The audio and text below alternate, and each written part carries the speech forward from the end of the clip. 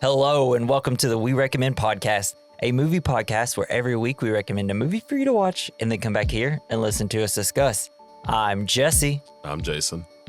I am insane and you are my insanity. Yeah. Because this week we recommend 12 Monkeys.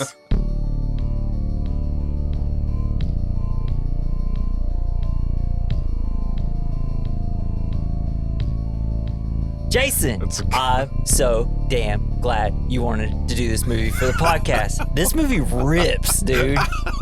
It's so good. It's so different than what I thought it was going to be. I only saw like little spots. I didn't remember shit. Yeah.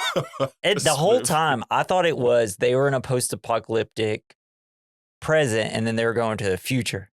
Or I thought, yeah.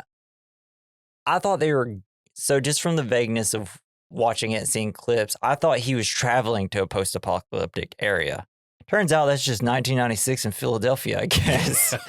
It's just what it looks like right now. They film Philadelphia and make it look like the worst city in the world. Dude. It's constantly like, you're constantly getting attacked. Trash everywhere. I was like, what is this, 1970s New York film or something?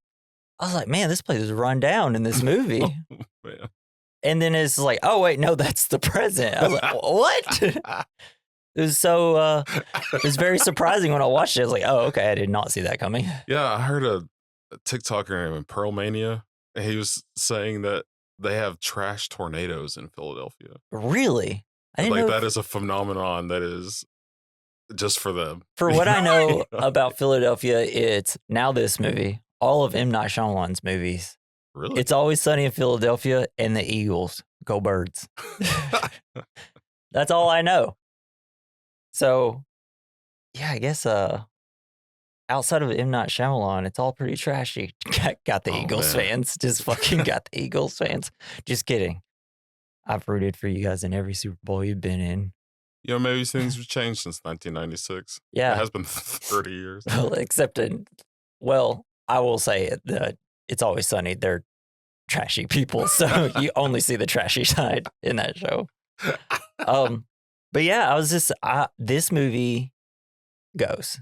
It's so good. The acting from the three leads, I guess Bruce and the girl, which I'm totally blanking on the name of her, which I've never really noticed or anything.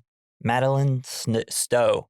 She rules in this. Yes, I thought she was. When she goes from, all right, he's crazy, and then she believes, and then they leave the voicemail, and she's like, we're not crazy, we're not crazy, or we are crazy, we are crazy. I was like, dude, she's crushing this. And then Willis and Pitt, god dang, dude, like they're so good in this. I know it was the way that Brad Pitt portrayed. What do you think? What's going on with him, you think? He's twitchy. I don't know. It seems like my backstory is that when he was a kid, this is not true probably at all, is that his dad like experimented on him or something. Oh. Or got something into his dad's stuff and just kind of went twitchy. Yeah, I could see that happening. But man, I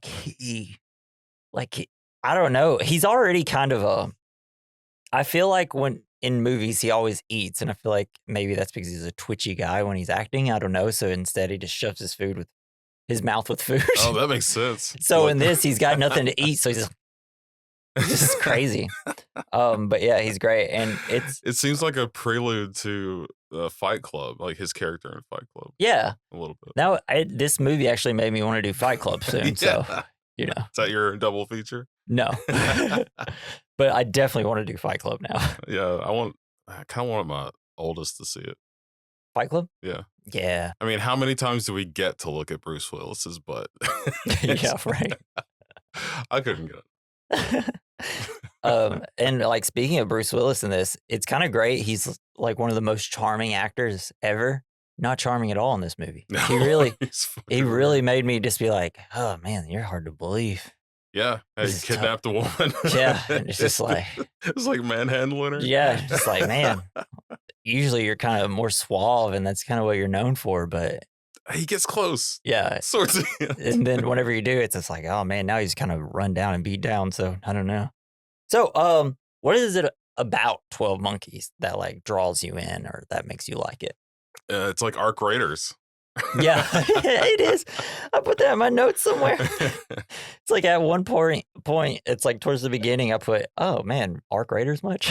Although I think they had some really shitty like costume design choices that they've made here. Oh, really? I think like.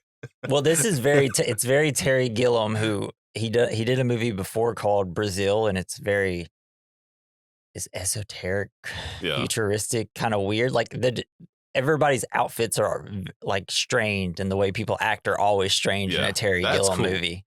I guess the only problem I really had was the suit he had to wear. He looked like a fucking Christmas tree out there. Wait, which suit? The Bruce Willis wears gets in the big condom and goes up. Yeah, I did put that. I was like, huh, looks like sperm. But that's like weird futuristic stuff that like in the 90s and 80s and 70s, people were like, this is how people are going to dress. This is how aliens look too. They're all weirdly, they have no figure and are We've just just come a long way with movies, you know? Yeah, because I mean, I guess it's because it's post-apocalyptic future. So it's all trash they find in Philadelphia. Drab and like very... that makes so much sense. Latex. They just found all the latex they could. They harvest the trash to make everything that they own. I mean, I think that's why they essentially are going up. Is like, we got to get stuff. And spiders. Yeah, like trash and spiders. You know what this sounds like? You remember that cartoon, All Real Monsters? Yeah, I loved it. That's what this sounds like. Got the guy with the hands. Yeah, the eyeballs. Yeah. Oblina was the stick lady. I can't remember the other ones. One of the best parts about staying home from sick was to watch all those.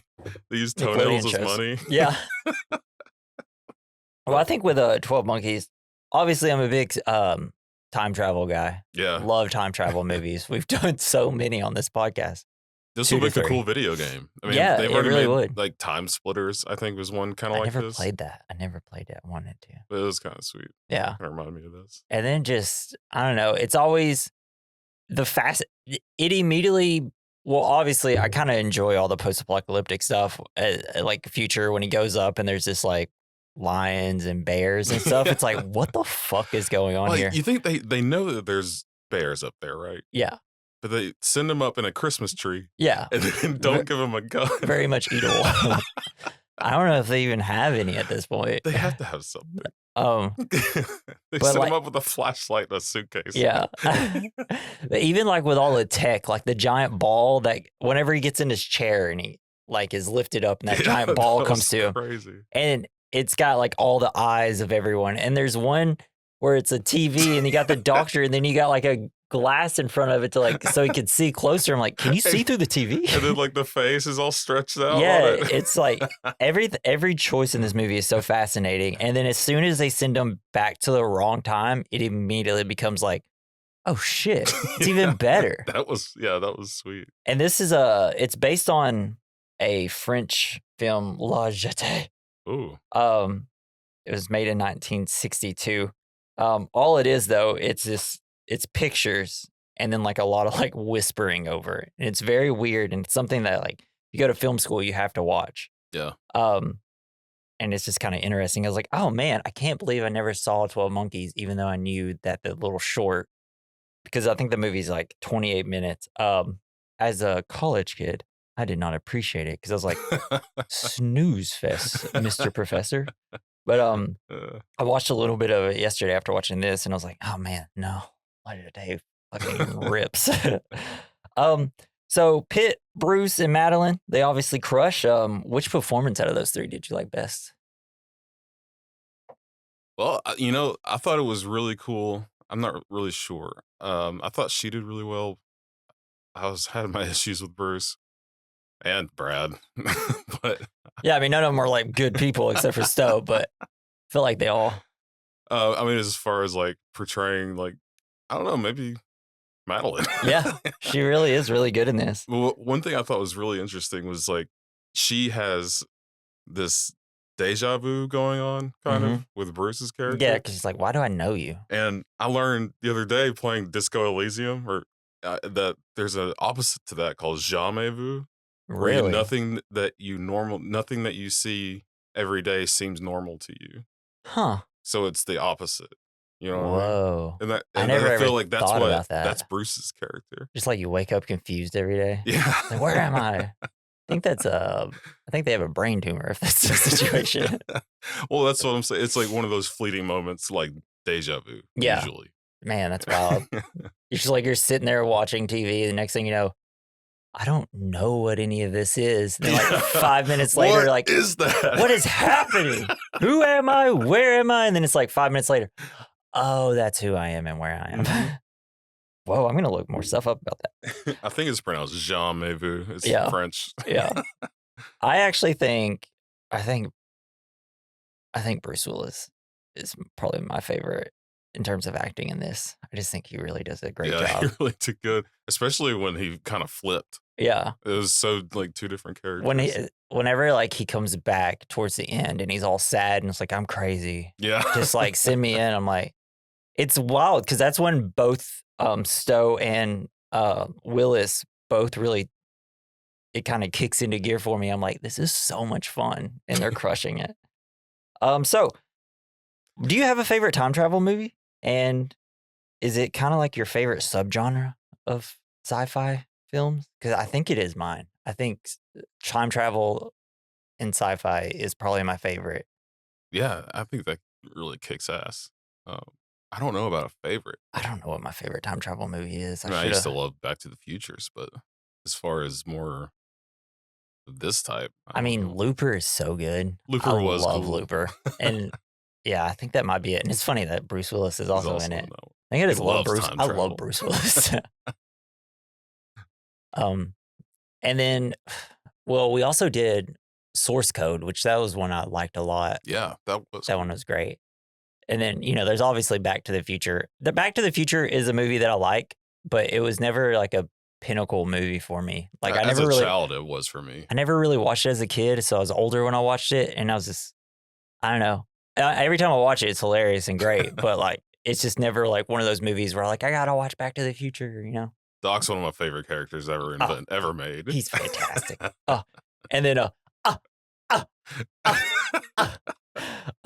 the daddy's so funny. It's the best. Why do mentally ill people always and activists? Why are they always bad? Why are they either kind of seem crazy or they're bad in movies? But I'm always like, man, they got all the right ideas. It's like, because Brad Pitt's character, he's constantly saying stuff about consumerism and like wanting to help animals, and I'm like, this guy in this place is crushing it, and everything he's saying, I'm like, yeah, I agree with all this, and then I'm like, wait, I shouldn't be saying. It's like, this is a guy that needs meds every 5 minutes. He need to be locked up. And then every time it's always like Greenpeace activists and stuff like that in movies. It's always like they go way too far and things like that. And it's like, why is that? Why are they always the bad guys in movies like this? Well, it's so weird. They are kind of extreme, like setting bear traps for people out the street. Yeah, sounds great. I know, but they always make them go that extra mile in movies like this. And it's like, it's weird. Because I remember when it was like a year or two ago, it was like a conservative person that was just like, I think it's pretty obvious why most of the time whenever you have more liberal ideas in movies, they're always the bad guys. I'm like, why are they always the bad guys? It's so weird. But yeah, like, Brad Pitt's character the whole time in this movie is, he's supposed to be kind of mentally ill. And I'm like, he's saying a lot of good ideas here about consumerism and things like that. I'm going to change my opinion on best performance. It's going to be Brad Pitt. Yeah. I think I had more fun watching Brad Pitt. Just that Madeleine made me feel less uncomfortable. What do you mean? Brad Pitt's character. It was really funny to watch, Jeffrey. Yeah. But like something about him made me feel really weird. It's because the whole time you're watching him, you're like, this guy might be the reason. Like, why are they letting him run around and like tap people on the head and like I know chase people with brooms? He gets to do whatever he wants. I guess he's the most at this point the most lucid or the most stable, but he's also unstable. Highly unstable. Yeah. So we'll hop into some of the facts here. So Terry Gilliam was afraid that Brad Pitt wouldn't be able to pull off the nervous, rapid speech. He sent him to a speech coach, but in the end, he just took away Pitt's cigarettes, and Pitt played the part exactly as Gilliam wanted. So that's what he is. Oh, He's that's why he's always got eating. no nicotine. You know, that is like how it kind of feels like whenever, like the first day or two without nicotine. Oh, And I'm man. already a fidgety person, which makes vaping even worse because I'm constantly just like, Yep, pacifier. yeah. And that's why I like play with my wedding ring a lot. Nice. But yeah, whenever like I'm trying to stop, Oh, have you it's just seen those fidget immediately. rings you can get? Yeah, where you can spin it. Yeah, I know. that sounds cool. Once It'd be if cool if this, it had a buzzer, like like a clown. yeah, I need one that is like every time I touch it, it like shocks me, so I'll stop fiddling and dropping it all the time. So Or that so Natalie could control it. yeah, Zap you whenever you do something. honey, can you take out the trash? Yeah, just 1 minute. Okay, I'll get to it. I'm on it. Just wraps it around your ball sack. Ooh, sounds fun. Oh god. So Bruce Willis took a lower salary than his star status would normally entitle, partly because of the budget restrictions, but mostly because he wanted to work with Terry Gilliam. Actually, Bruce did the movie for free. It was only after the movie was released that he was paid. That's fucking cool. Yeah, I love when I hear that actors do that. It's like it used to be a bigger deal back in the day when it's like, oh, there's a really good director and like an auteur. It's like I got to work with him. And now it's just like, how much is Jeff Bezos going to pay me for this CGI slop? Oh, okay, I'll do it. And he probably made a mint from Die Hard. Yeah. I mean, so he's like, he can handle it. Or everything after Die Hard. He probably made like $5 million each movie he did at that point. So although never addressed directly in the film, the script and some promotional material reveal that the future scenes take place in the year 2035. Yeah. And I'm like, well, that makes sense based on the age of 1996 and how old Bruce Willis was. So director Terry Gilliam first met Bruce Willis while casting his film The Fisher King. You ever seen it? Maybe. Apparently, it's got Jeff Bridges and Robin Williams. It's supposed to be really good. I think I did, but I don't think I own it. I just haven't watched it. Like 12 Monkeys was for me. So he was impressed by the sensitivity shown by Willis in the scene from Die Hard where McClane talks about his wife pulling glass from his feet while pulling glass from his feet. Talking to Willis, Gilliam discovered that this part was ad-libbed by Willis. Gilliam remembered this and was convinced to cast him in this film. So sometimes he's just like, oh, you ad-libbed it? You're the greatest actor ever. I'll be in my film. But yeah, that's like another perfect part about like, so kind of when Die Hard came out, every action star was these big macho men. We kind of talked about it when we talked about Die Hard originally and Patrick Swayze and Keanu Reeves in Point Break, that everybody had to look like Stallone or Arnold. And they're like, we big men, we men. Even when we like high five each other, we got to break each other's hands. And then like Swayze, Keanu, and Willis, they kind of brought the more emotional and sensitive versions of action stars.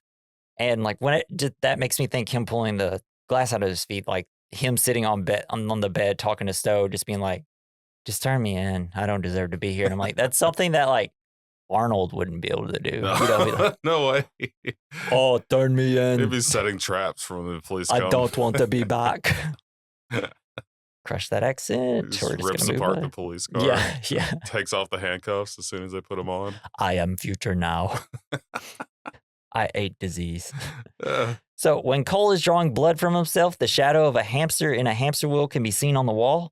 The scene. I'm going to skip that. Who gives a fuck about that?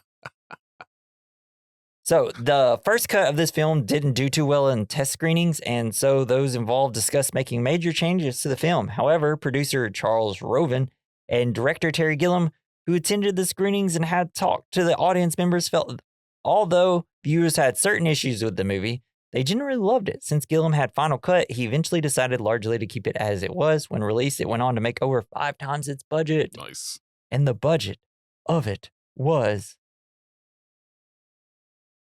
I didn't have it prepared. Damn. Now I'm going to have to look away from my game for 5 seconds to make this edit. Budget was $29 million.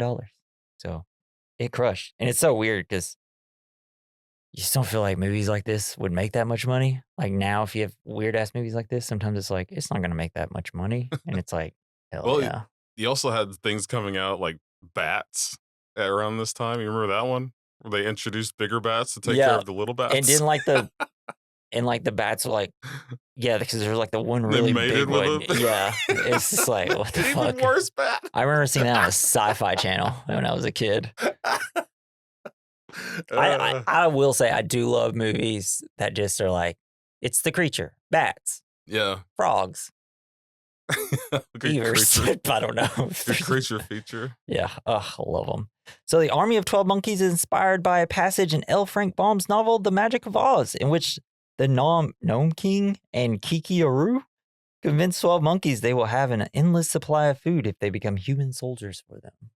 Nice. So that's where they got the title. All right, take a drink of water, and then we're going to get into the plot. Before we do that, we want you to think what the point of 12 Monkeys is going to be.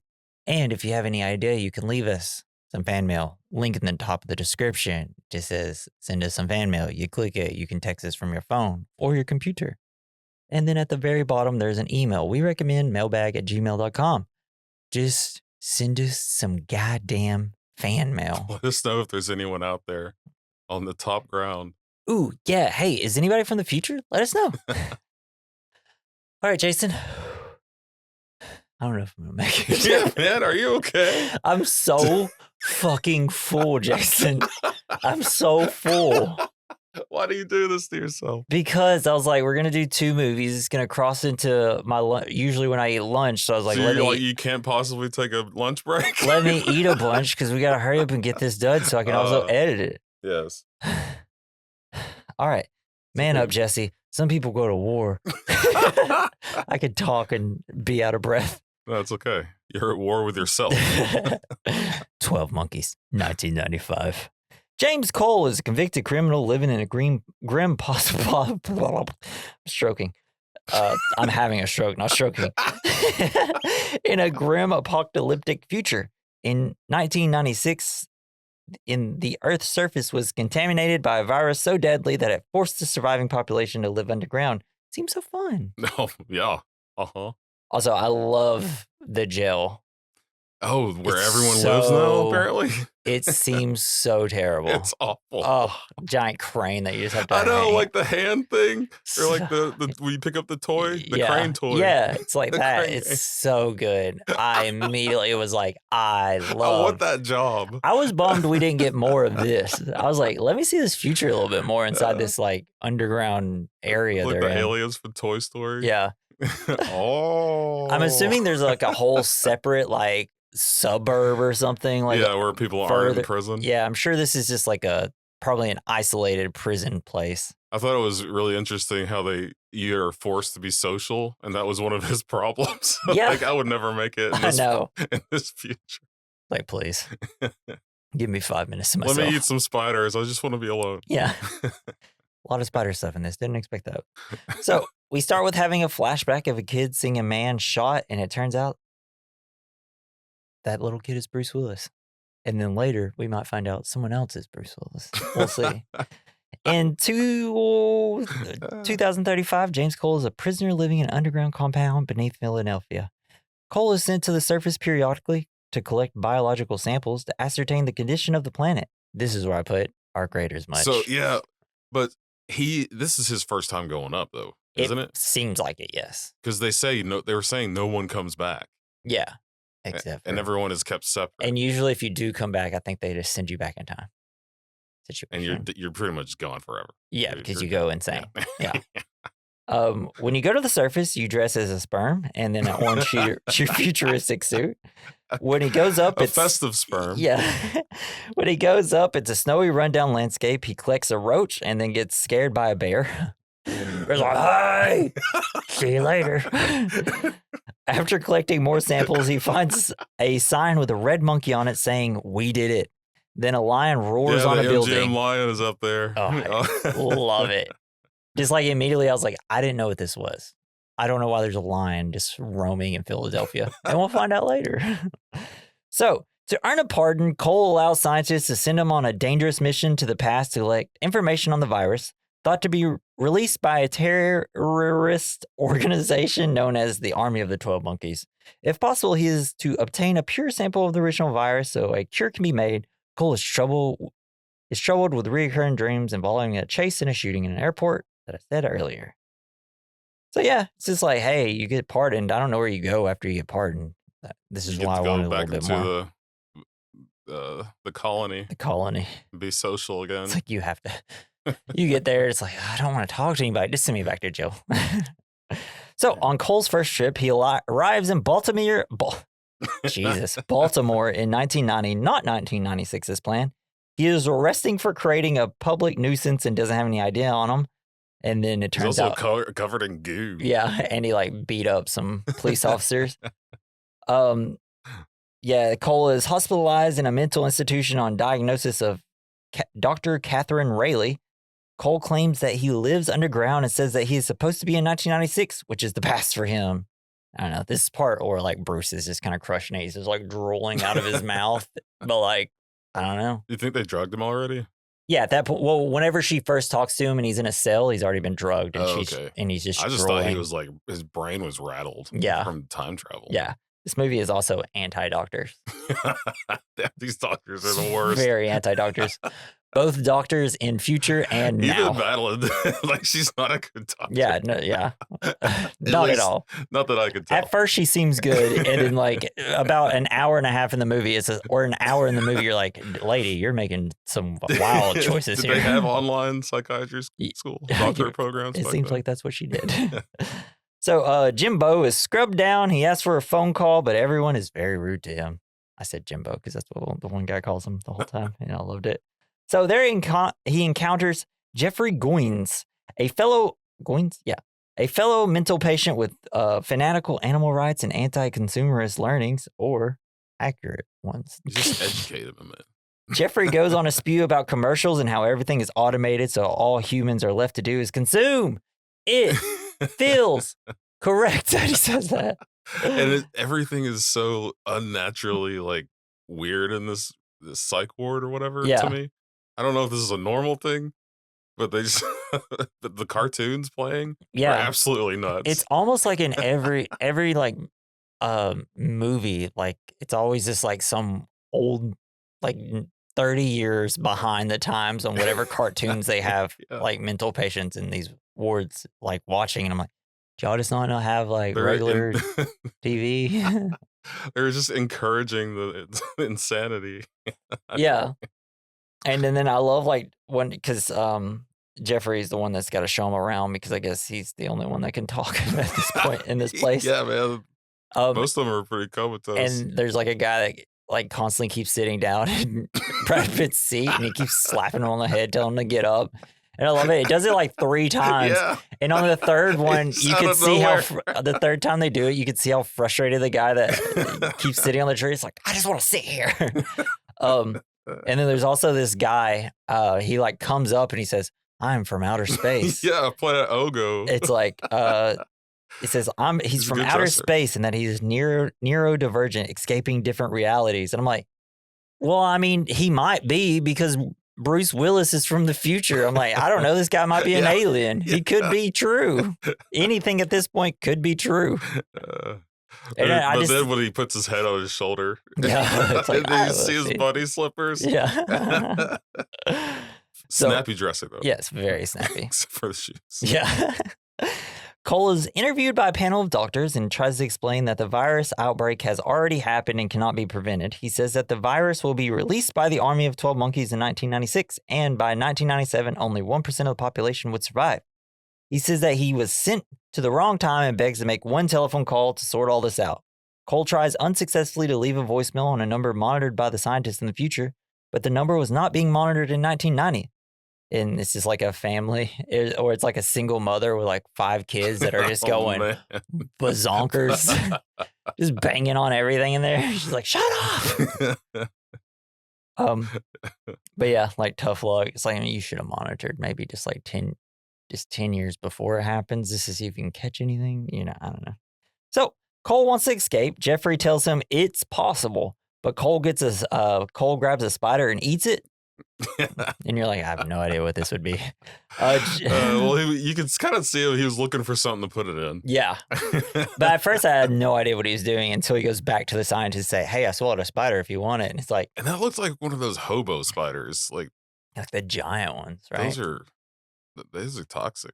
Well, there's like, because, you know, it's a lot of times like the smaller ones you got to watch out for in terms of spiders. Because I remember at home growing up, there'd always be like giant spider web with a giant fucking the garden spiders, hideous spider, and I'm like, that thing will bite me and kill me instantly. And then it's like, no, they're completely harmless, except for like it's just the bacteria. A baby. But then you're like, oh, this little brown recluse that's like, I don't know, a fraction of its size, and it's just like, yeah, I'll kill you in like a day.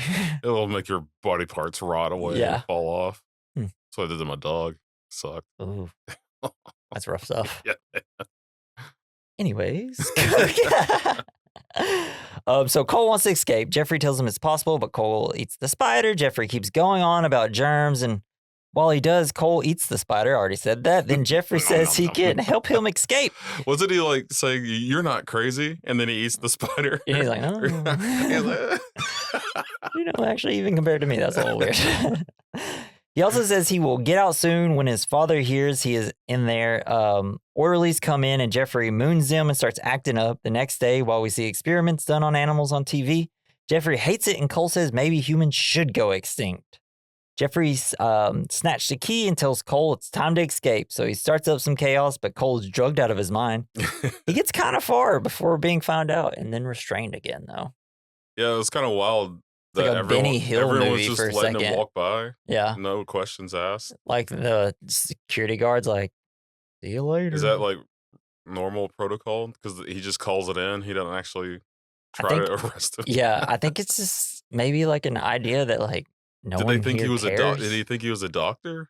Potentially. I don't know. I don't think this guy was just paying attention that much. I didn't understand it either. I was like, is this just trying to say something about how He just don't give a fuck the about his people in charge of these places and things like that, like just do not care and they're kind of abusive a little bit and all? Yeah. Because it seemed like this movie did not like any of the employees in this place. The only person that seems like a doctor that this movie acts like it likes is Rayleigh. Yeah. It's the only one. So after a failed escape attempt, Cole is restrained and locked in the cell, but then disappears. See another flashback where the man in the airport was Jeffrey. What a twist. Will it also become two different twists later? It will. So back to the future. Back in his own time, Cole hears a voice from potentially another prisoner. He tells him time travel is not an exact science and makes light of the 12 monkeys. Cole is interviewed by the scientists who play a distorted voicemail message which gives the location of the army of 12 monkeys and states that they are responsible for the virus. Cole says that he did not leave the voicemail as he was in the wrong year. He has also shown photos of numerous people suspected of being involved with the virus, including Goines. Whew. Very fun. So that call didn't happen until he went back in time. Went back like a second time. Like, because he goes back like twice, right? After this. Yeah. Yeah.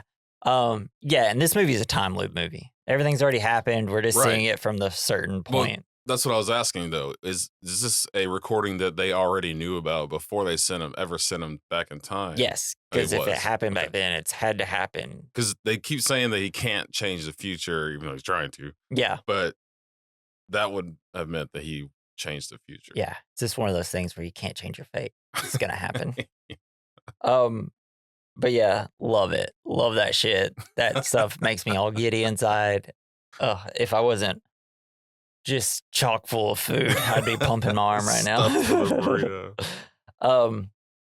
So this disembodied voice we hear, right? Later on, we're gonna hear it again, and it's gonna be like the homeless man. Yeah, bitey. And then he's gonna hear it again later at an airport, and it's like, is this just an effect of time travel? Yeah. And that even though he hasn't heard this voice yet, he will hear it eventually. And it's because his mind is kind of scrambled in like this timey-wimey like loop or whatever, that's why he's hearing the voice, and it's coming from the man that he's about to meet, like, that's the only thing I can think of. Yeah. I have no idea His otherwise. brain's messing with him. It's always fun. Time travel, there's always one point in it where it's like, my head hurts. I don't understand what this, or there's just like an aspect where it's like, I don't get what this is. Well, I think this is one of the, or it might be the first time travel movie I've seen where the time travel itself causes like a physical ailment. Yeah, which on is someone. fucking rad, right? Yeah, which I'm sure it would. Which it makes it more risky. Yeah, Which is kind of cool. So the scientists offer Cole another chance to complete his mission and send him back in time. Cole briefly arrives at a battlefield during World War I, where he sees another prison inmate who is sent back in time, Jose. Cole is shot in the leg and gets transported in 1996. Yeah, he's like, his face is burning. And then Bruce Willis just appears naked and gets shot in the leg. Terminator style. And it's like, all these people are like, who are you? Why are you here? It's like, did they send him back naked? I think you get sent naked. Okay. That's why every time he like has to steal clothes. The time tunnel must be super slippery. Yeah. It definitely is not an accurate time machine. So, in 1996, Rayleigh gives a lecture about the Cassandra complex, a psychological phenomenon that describes when someone's accurate predictions of a crisis are ignored or dismissed. The term comes from the Greek mythological figure Cassandra, who was given the gift of prophecy by Apollo, but was cursed so that no one would believe her. That sucks. Which is essentially Bruce Willis' character. You just spend your whole life getting gaslit. Yeah. You're wrong. So yeah, while she's there, she's giving this presentation to a group of scientists. She shows a picture of Jose and brings up that he warned them about 1996 at the post-lecture book signing. Rayleigh meets Dr. Peters, who tells her that apocalypse alarmists represent the same vision, while humanity's gradual destruction of the environment is the real lunacy. And he's got a line, the cries of let's go shopping is the cry of the real lunatic. This movie hates that people buy stuff. Anytime I do watch a movie like this, I'm immediately like, I'm never spending money ever again on anything. Yeah, anti-consumerism. Yeah. It's like I mainly just spend it on food at this point. I know, that's like the most expensive thing. Games and movies and gas. Other than that, I don't really buy anything. No. So Cole arrives at the venue after seeing flyers publicizing it. Cole kidnaps Rayleigh and sets out in search of Goines. Learning that he's the founder of the Army of 12 Monkeys, they listen to the radio on the way to Philly. He thinks a Florida Keys commercial is talking to him and loves the radio and fresh air. It's an advertisement, Mr. Cole. Yeah. Rayleigh is freaked the fuck out, though. He says his father told him never to cry wolf as well. That's how you know he's telling the truth. He wouldn't be crying wolf for no reason. But yeah, and like her performance the whole time is great. Like, oh my God, I'm going to die. Oh my God, this guy's going to kill me. I'm so fucked. Yeah, I'd be terrified. Yeah, and especially because it's like, if he wasn't doing the whole radio, what? Music, crazy, fresh air, I love it. Yeah. Which only makes him seem more insane. Yeah, with the to a normal person yeah. who doesn't live underground in a post-apocalyptic 2035. So they stop at the Oasis Hotel, and while sleeping, Cole has a dream of the airport, and he sees a vision of Rayleigh running in the airport. He creeps her out by standing over her and touching her face while she is laying down. He explains his dream to her. I didn't realize she was tied up until this point. Yeah. There is a lot of almost sexual abuse in this movie. There's also a lot of chances for her to just get the fuck out of there. Well, but there are a lot of parts in this movie where I'm like, oh no, is he about to? And then there's a scene that's about to come up where they get attacked, and it's like, oh no, please don't do this. And then like there's a scene a little later where he's like, he smells her hair, and he's like, I'm so sorry, and she starts saying no. I'm like, what the fuck is going on? Why do we keep almost making this happen in the movie? Making me feel gross. Yeah. So they head off again. On the radio, they hear about a boy stuck in a well. Get him, Lassie. Cole says it's the first time whenever he was a child in 1996, he says it was the first time he was ever actually scared. Man, there hasn't been like a good well fall in a while. For real. The last time we had something like that was like the boy in the balloon.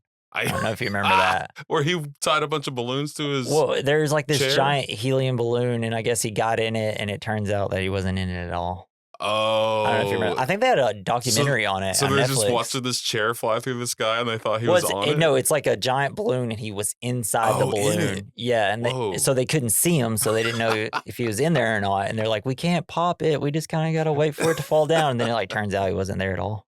That's crazy. Spoiler if you ever read about that. He tells her the boy isn't in the well and is hiding in a barn. She's like, "Oh, whatever." Dude, you know that kid was probably freaking out.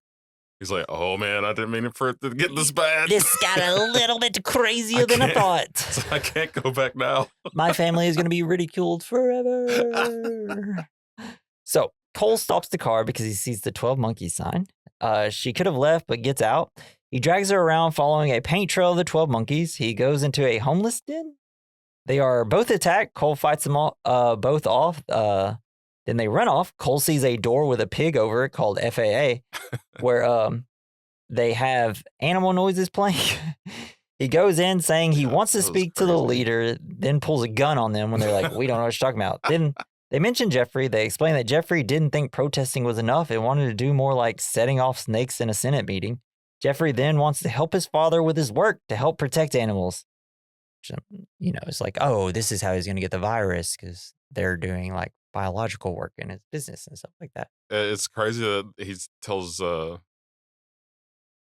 James that it was all his idea. Yeah.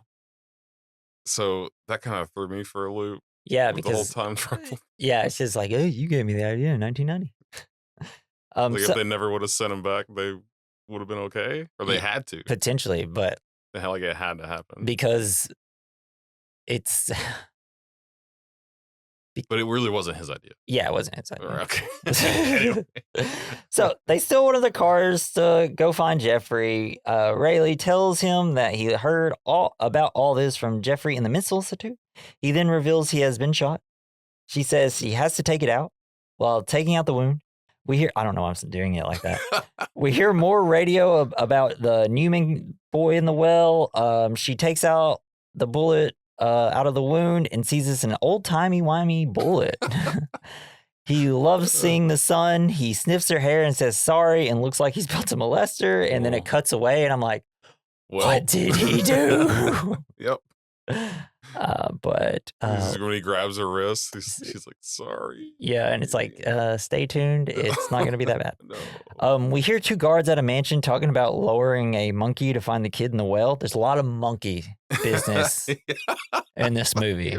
Not just 12 monkeys. I can only assume they said 12. They said monkeys 12 times. I can only assume that's the bit. I don't know.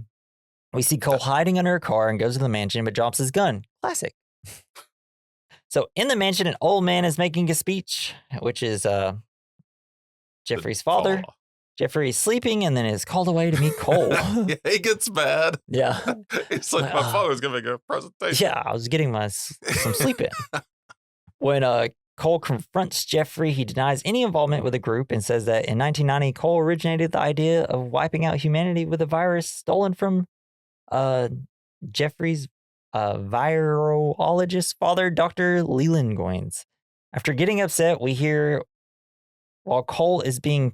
so then he gets upset and he's like, ah, to Jeffrey. And then like people are like, oh my God. And then he starts getting chased and he's like running. And he puts him over the balcony. Yeah. It looks crazy. And then while Cole is running around, we hear that Rayleigh was strangled and mutilated by Cole, but she is actually in the trunk of the car. And like, so yeah, whenever he gets out of the building, he comes back to the car. She pops out, starts beating the shit out of him. Yeah, it's great.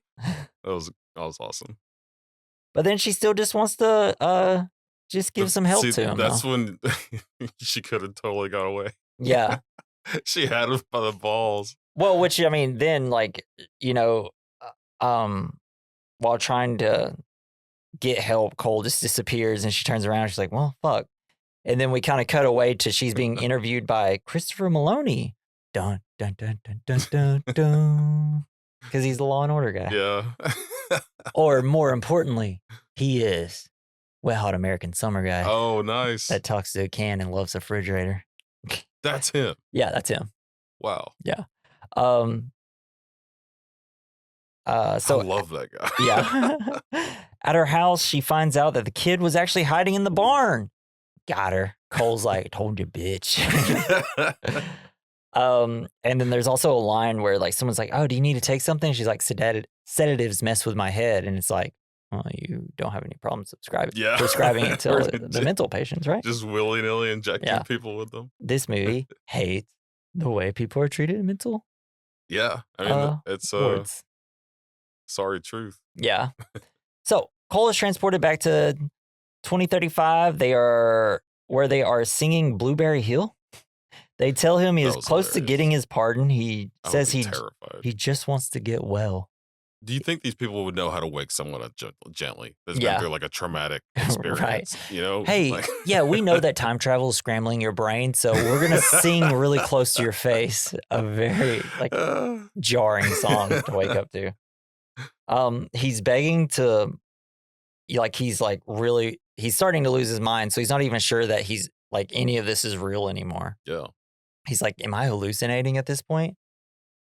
And then like this is where I got the line from the beginning: I am insane and you are my insanity. Yeah. Hell yeah. After receiving a shot and waking back up, he hears the man again calling him Bob, the same old man that confronted him on the street. The voice tells him that he wants to be outside, see the sky, and be with her. Yeah. Seems a lot better than whatever he's going through here. Yeah, what's happening right now, right? Exactly. I'd make that decision every time. Yeah. So after Cole disappears, Rayleigh begins to doubt her diagnosis of Cole when she finds evidence that he is telling the truth, including a photograph of him from World War I. I think this might be where she remembers him. Cole, on the other hand, convinces himself that the future experiences are hallucinations and persuades the scientists to send him back again. We see Dr. Goines talking on the phone with Rayleigh and won't give any information about Jeffrey. Dr. Goines' assistant was at her lecture earlier. We see that it's Dr. Peters. God, he looks terrible with red hair. Yeah. Oh, and then the ponytail at the same time. I know. It's awful on him. It's brutal. And then Dr. Goines wants to beef up security because he might be worried that Jeffrey's coming. I couldn't even look at him without just like being disgusted. It's never a good thing when he's in a movie either. Every time you see him, it's like, oh, he's going to be a shitty person. Yeah. And it was funny because like as I was watching it, once we get to the end and we found out it's him, the whole time I'm like, it never popped into my mind. I don't know if it's because there's so much happening constantly throughout this movie that it's like bombarding my senses that I can't even think about this one guy that just randomly popped up for one line and then disappeared an entire movie, essentially. Like, should have seen it coming. I've never thought the same about what's his name? That actor. Since he did that video for the army. Like, I'll never forget it. Oh, really? I haven't heard about this. He's like on one of those things you ride on with the wheels Segway. Yeah. While the soldiers are doing PT in the morning, they're all running, and he's talking to the soldiers. And this girl says something, and he's like, "Yeah, you are more than a pretty face." Wow. And she just smiles and giggles. It's so bad. Wow. That was one of the first videos they showed us. It's a recruitment video? No, it was like how to deal with stress, basically.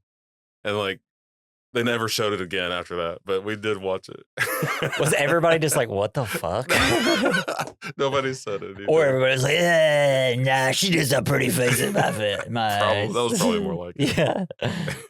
So, Rayleigh goes to the 12 Monkeys hideouts, and they are actually working with Jeffrey that we see inside. The homeless man talks to her again, and when she brings up Cole, he acts confused. So then we're immediately like, so this guy doesn't know him, but we're hearing his voice. So she is spray painting the building, and she sees Cole, who is saying he wants to turn himself in to get better. He sees that she spray painted something about the virus, a picture he saw in the future. Jeffrey rants about how he thinks Rayleigh knows about the 12 monkeys because of all the testing on his brain. It's like, they put me in all these things, doing x-rays in my brain, things like that. It's like they know everything. I love how they got all his like vitals, like video of his vitals on the screen everywhere around him. So he's watching it, probably going insane, watching his heartbeat. Yeah. Oh, and apparently, for this movie, they the contacts that Brad Pitt wears, like they were hand painted and stuff like that. Yeah, because so that it's like, because I think he has like blue eyes, Brad Pitt, and they wanted to make him, you know, not look like a beautiful Brad Pitt. They tried it as hard as they could, and it still only kind of worked. And probably also to distinguish from that little boy, so you wouldn't think it was him. Yeah, that's true. They showed his eyes a lot. Yeah. Yeah, so they stop and rent a room. The guy at the desk calls a guy asking if he has a new prostitute, because it's essentially just like a rundown building where prostitutes come and have sex. Yeah, but you pay by the hour. Yeah, pay by the It's expensive too by the hour. Jesus Christ. Especially in 1996. Yeah. She wants to find out questions, but now he thinks he is actually crazy.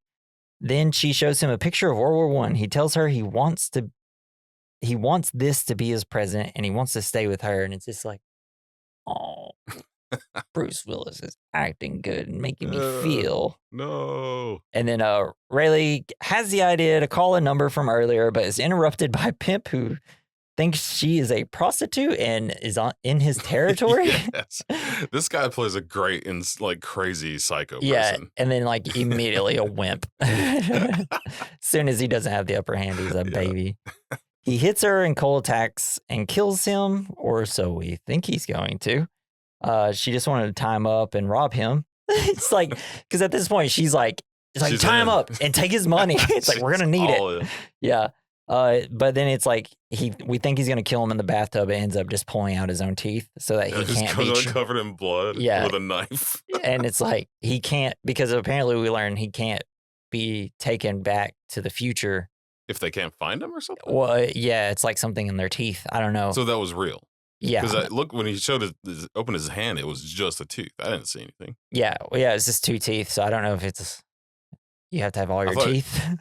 Well, he said just to make sure. So he didn't find anything. All right. Yeah. He just took his tooth out. I'm not gonna lie. I have no idea what this aspect of the film was. It was not very well explained. But they did get some money. Yeah. Some walking around money. Gator don't play no shit. So then they run away. All Gator's bitches wear rubber jimmies. Yeah. So Rayleigh attempts to settle the question of Cole's sanity by leaving a voicemail on the number he provided, creating the message the scientist played prior to his second mission. They both now realize that the coming plague is So she goes, makes the voicemail, then she comes back, we're insane! We're insane! Aren't you so happy? It was just the carpet company. We're going crazy. Yeah, none of this is real. And then she's like, yeah, I called, and then I said, blah, blah, blah, blah, blah, blah. And then he's like, and then he finishes the rest of everything. It's like, I was way over there. You couldn't hear me, could you? And he's like, no. And she's like, fuck. So they both now realize that the coming plague is real and hide from the police by getting disguises. They shop in the same store from the beginning of the movie. Oh, that was all fucked up? Yeah, because you kind of see a lot of like... there's a bear at the makeup counter? Yeah. Well, I don't know if you noticed, because I think it was during the scene, he's kind of looking around. He sees like a fake bear in like a store and then like a lion. And it's like, huh. What is real? Yeah, and because I think that was like a part of it for him. He's like, oh, this is where I'm getting all this stuff in my head. I'm walking around and seeing it and then like coming up with these hallucinations in my mind. And then it's immediately completely like, no, actually, it's all real. So we see the 12 Monkeys gang getting ready. They have Jeffrey's dad tied up. He tells his son that he doesn't have access to the codes or virus anymore. And then they start making monkey noises. God, these people are so stressful to be around. They're so... I couldn't handle it. Bunch of odd ones. Like, I'm all for standing up for animal rights, but yeah. And which is like something they always do in movies. Like they make them just insane. Completely crazy. Yeah. So while watching the Redwood scene in Vertigo, let's go to our previous episode of Vertigo. Yeah, Vertigo was cool. And bandaging up Cole in a theater, they make plans to enjoy the time they have left. they decide to depart for the Florida Keys before the start of the plague, and she A lot of dyed her hair. advertisements for Florida Keys. Yeah. I mean, I guess it's nice. I've never been.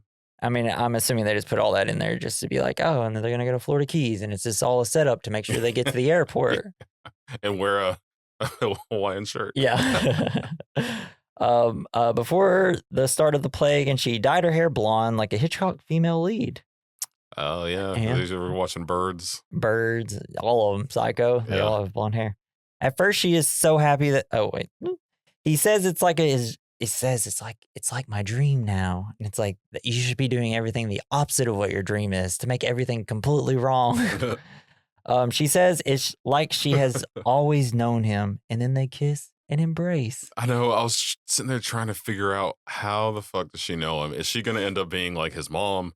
That's what I thought. And then like by the end of the movie, you just like she only knew it.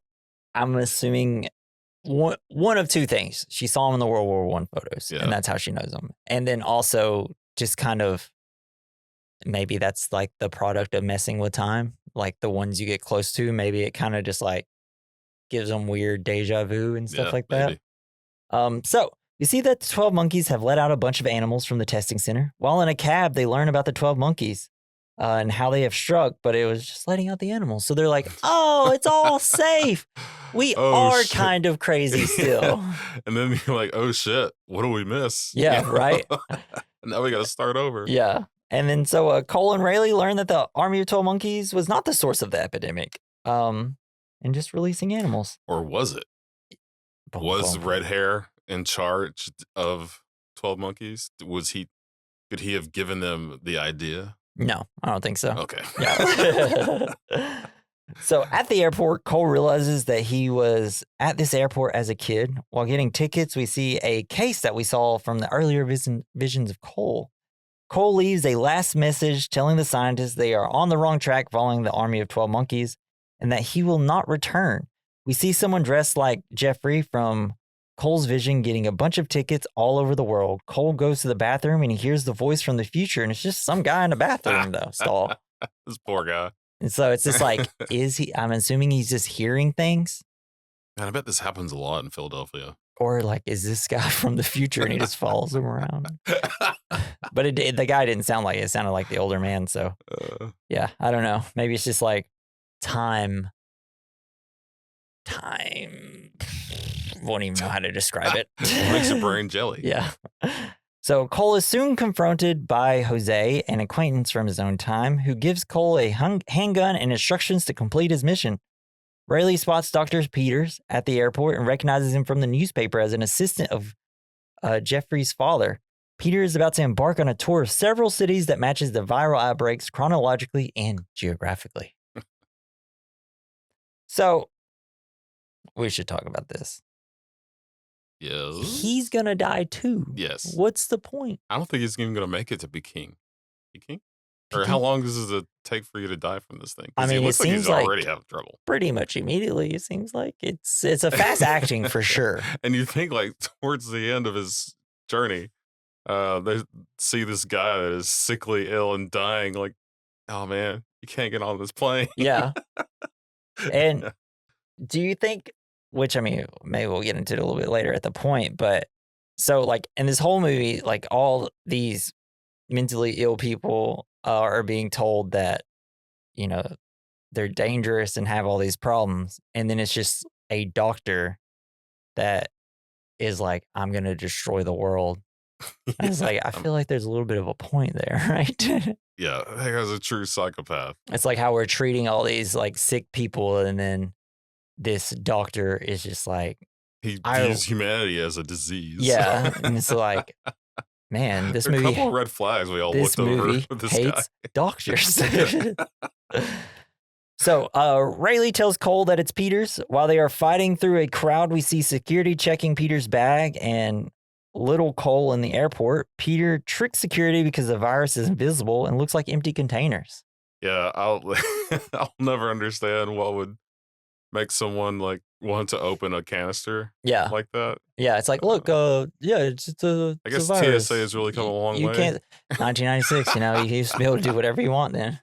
Where nobody thought that anything bad could happen on an airplane. Yeah, exactly. I guess. It's like airplanes, these are the safest things ever. Yeah.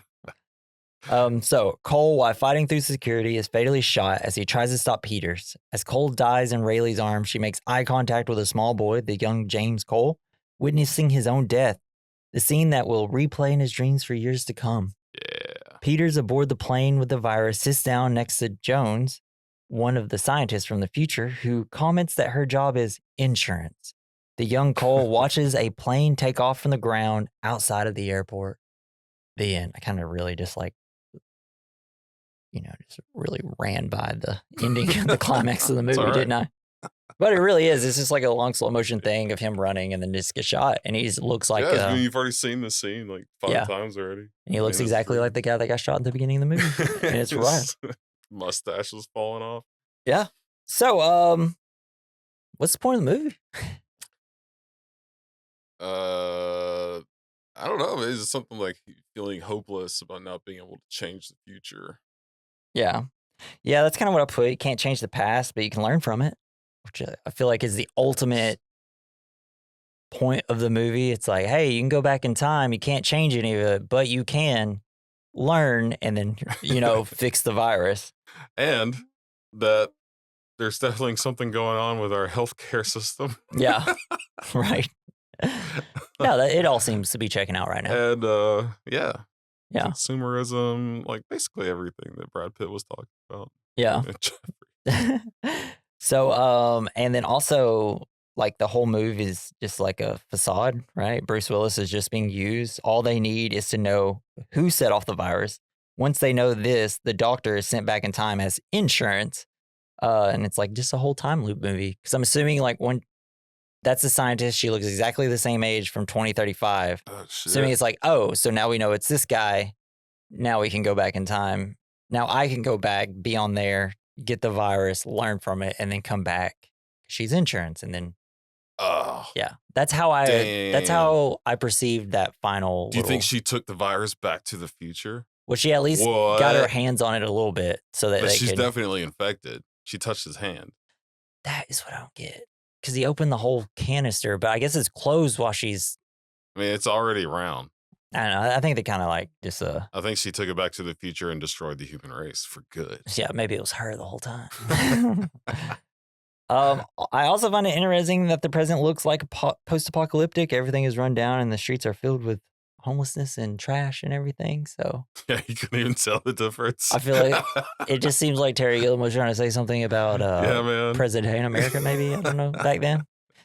Can't tell. But I was just like, there is no reason to make this town look this run down this much. That's a huge problem, apparently. Yeah.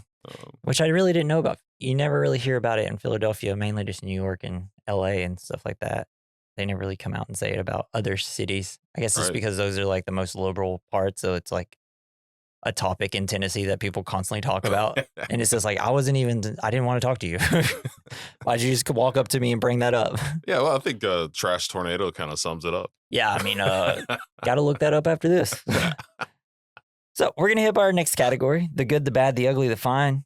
It's where we discuss the good of the film, something we liked, the bad, something we didn't like, the ugly, something that didn't age well, the fine, something that did age well. I just put for good acting and set decoration. Yeah. Crushed. Loved it. It's like everything looked great. Well, it looked shitty, but looked great. It was kind of cool. Yeah. There's some lighting that was weird, but very like steampunky the future was, which is it was, but it was also a little too sterile. Yeah, it's very mechanical / sterile. It's like weird. It's a weird combination. It's very Terry Gilliam, which was fun. Hell yeah. So for my good, I don't know. I think the way it's just time travel, I guess. Yeah. Time travel. It's real. Makes you think. So much fun. It's great. For the bad, I would say his costume. Yeah. His condom costume. His sperm. I feel like they could have done better. And also like the cops, the underground security guards had these like weird blinking things on their chest. Like this is all very. I just don't know what any of it is. I I feel thought it was like cameras, maybe. I felt like it looks like a toy. Yeah. You know what I mean? It Yeah. looked kind of cheap Yeah. in a way.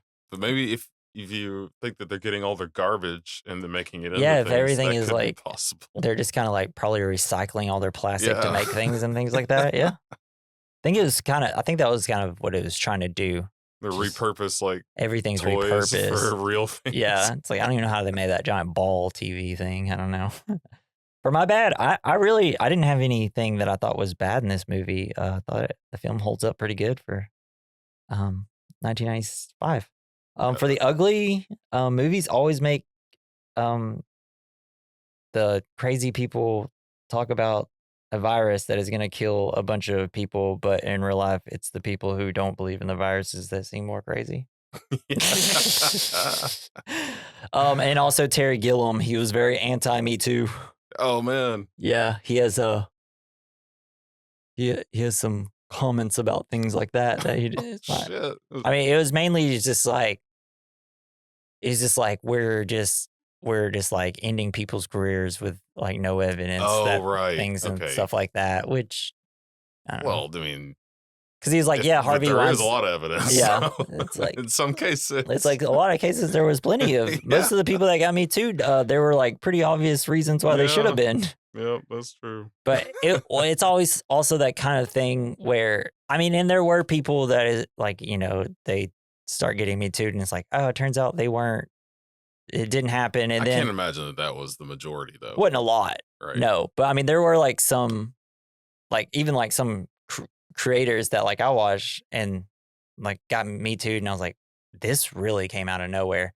There was like some of those cases where it's like, oh, it wasn't anything, and then like their careers are already ruined. And I think that's where he is getting his point, but it's just like, I don't know, man. I'm not here to discuss any of that. I don't know. The world will situate itself out. I was so mad when Louis C.K. got Me Too'd. I mean, one that deserved it a lot. Yeah, he shouldn't have done it. But like, it's so horrible. Like when you're people, you find out things about people you like. Yeah, especially because he seemed like a genuinely good dude, and like his comedy was amazing. Like he was one of the funniest comedians, and then it's just like, why do you have to put people in those situations, dude? Go look at yourself in the mirror and jerk off, you freak. So frustrating. And hey, everybody out there with opinions, you don't have to say them. I say them all the time in my podcast, and then I listen to him editing it while I'm editing, and then I cut it out. Nice. Because I'm like, this is a fucking movie podcast. Why am I discussing this? Well, so something that aged well, 90s Bruce Willis and 90s Brad Pitt. Yeah, they look amazing. They're like some of our best actors in that decade, and it was great. And then I was surprised when I saw that it wasn't a body double for Bruce Willis's shower scene.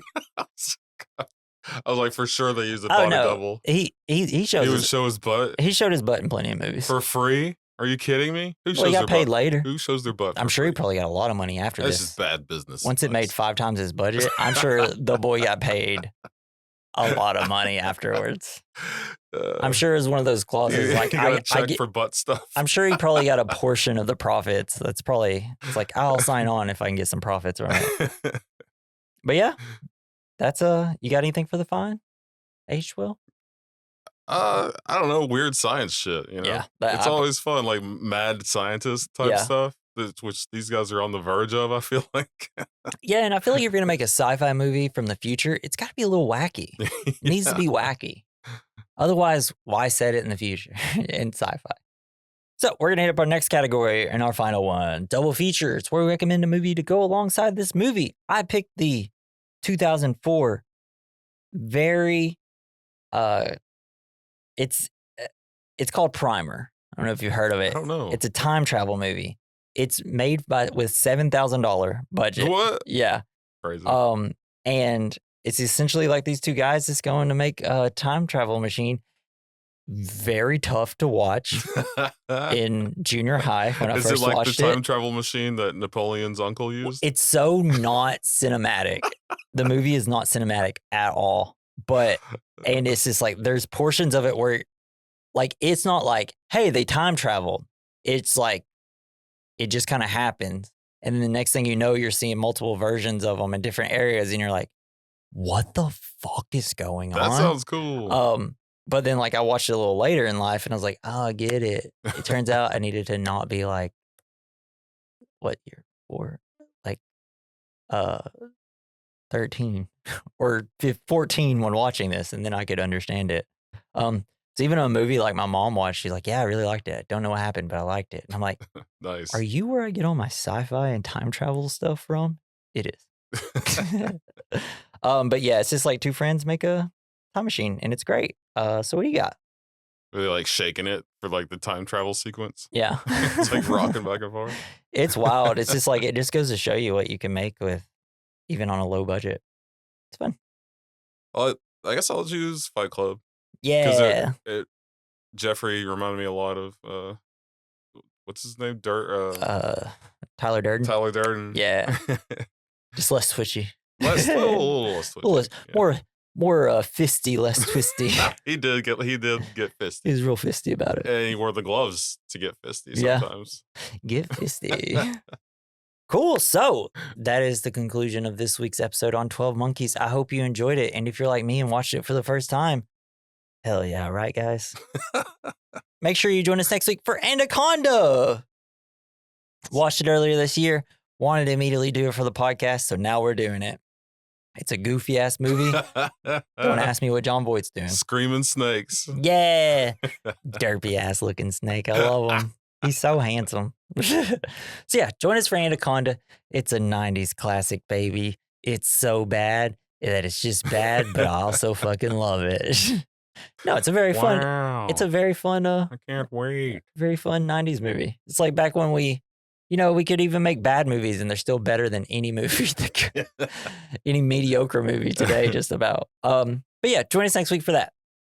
Yeah, so leave us some fan mail. Told you how to do it earlier. Just go to the description. You see everything you need to see. Yeah. We're getting a lot of new listens, like 40 or 50 a day now. Hell yeah. It's getting pretty cool.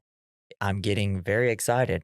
I'll look at the numbers right now for today. Watch it be the first day in like a week we get very low numbers. Nope, 52. It's so fucking wild. Nice. Especially since a week ago we're getting 5 to 6 a day. So I don't know what has happened. We must be on some sort of list or something. Oh no, shit. This is what happened. They put us in the draft list and now we're getting views. But yeah, thank you for listening.